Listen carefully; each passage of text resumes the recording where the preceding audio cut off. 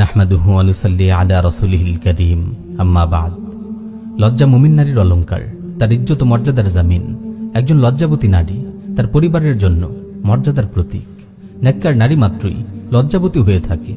একজন পবিত্র মুমিন নারী তার পরিবার ও সমাজের জন্য বরকত ও কল্যাণের কারণ। ইসলামী সংস্কৃতি ও সভ্যতায় নারী হল পরিবার রাজ্যের রানী। এক একজন মুসলিম নারী এক একটি পরিবারের আলোর প্রদীপ, তার প্রিয়তম স্বামীর স্বপ্নের রাজকুমারী। পরিবারের রাজ্যপাট গোছানোর দায়িত্ব তার। ইসলাম কখনো নারীকে মঞ্চের বেহায়া নর্তকী কিংবা জনসমাবেশে পুরুষের মনোরঞ্জনকারী অথবা পণ্যের মোড়কে সস্তা বিজ্ঞাপন রূপে দেখে না। নারীকে লাঞ্ছিত ও অপদস্থ জীবনের পথ দেখিয়েছে পাশ্চাত্য জাহান্নামী সংস্কৃতি। তারা নারী দেহকে মার্কেটিংয়ের উপকরণ বানিয়েছে, নারীকে পুরুষের ভোগ পণ্যে পরিণত করেছে। নাউযুবিল্লাহি মিন যালিক। আল্লাহ তাআলা মুমিন নারীদেরকে এমন লাঞ্ছনাকর জীবন থেকে হেফাজত করুন। হে আমার বোন, আজ পাশ্চাত্য সংস্কৃতির অশ্লীল জোয়ারে ভেসে যাচ্ছে মুসলিম সমাজ।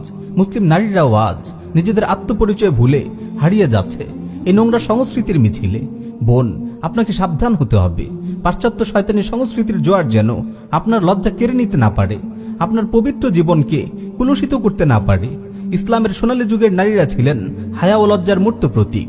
চলুন আপনাকে সেই কল্যাণময় যুগের দু একটি দৃশ্য দেখাই, যাতে আপনি বুঝতে পারেন কেমন ছিলেন আপনার পূর্বসূরি পুণ্যবতী নারীরা।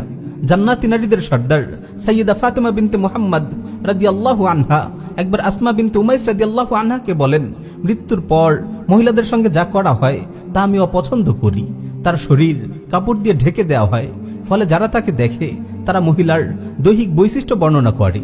তিনি খাটে রাখা মহিলাদের লাশের কথা বলছিলেন। আসমা রাদিয়াল্লাহু আনহা বলেন, আমি হাবশায় দেখা একটি নিয়ম আপনাকে দেখাবো। এই বলে তিনি কিছু কাঁচা খেজুরের ডাল নিলেন, তারপর সেগুলোকে বাঁকা করলেন এবং তার উপর একটি চাদর ছড়িয়ে দিলেন। সাইয়্যিদা ফাতেমাতুজ জাহরা রাদিয়াল্লাহু আনহা বললেন, বাহ, কি সুন্দর, কি চমৎকার। আমি মারা গেলে তুমি আর আলী আমাকে গোসল দেবে, আর কেউ যেন ভেতরে না আসে। প্রিয় বোন, একটু ভেবে দেখুন কেমন হায়া ছিল জান্নাতের নারীদের সর্দার ফাতেমাতুজ জাহরার। মৃত্যুর পর তার চেহারা তো দূরের কথা, শরীরের দৈর্ঘ্য প্রস্থের ইঙ্গিত কেউ পাক তাও তিনি সহ্য করতে পারেননি। আপনাকে আরো একটি গল্প শোনাই। মুসনাদ আহমদে বর্ণিত একটি সহিহ হাদিস এসেছে। উম্মুল মুমিনিন সাইয়্যিদা আয়েশা সিদ্দিকা রাদিয়াল্লাহু আনহা বলেন, আমার ঘরে যখন কেবল রাসূল সাল্লাল্লাহু আলাইহি ওয়াসাল্লাম ও আমার পিতা আবু বকরের লাশ দাফন করা হয়েছিল, তখন আমি অনেকটা অবিন্যস্ত বসনে ঘরে প্রবেশ করতাম। আমি ভাবতাম একজন আমার স্বামী, আরেকজন আমার পিতা, তাই পর্দা করার কিছু নেই।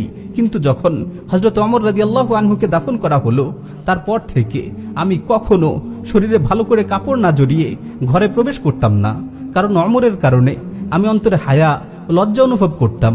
সুবহানাল্লাহ, কত হায়া ছিল তাদের। প্রিয় বোন, আপনার চিন্তাও এমন পবিত্র হোক, জীবনে মরণে লজ্জা হোক আপনার অলংকার, পবিত্রতার সংযম হোক আপনার পরিচয়। জান্নাতের নারীদের সর্দার সাইয়্যিদা ফাতেমাতুজ জাহরা রাদিয়াল্লাহু আনহা আর উম্মুল মুমিনিন সাইয়্যিদা আয়েশা সিদ্দিকা রাদিয়াল্লাহু আনহা হোক আপনার জীবন আদর্শ।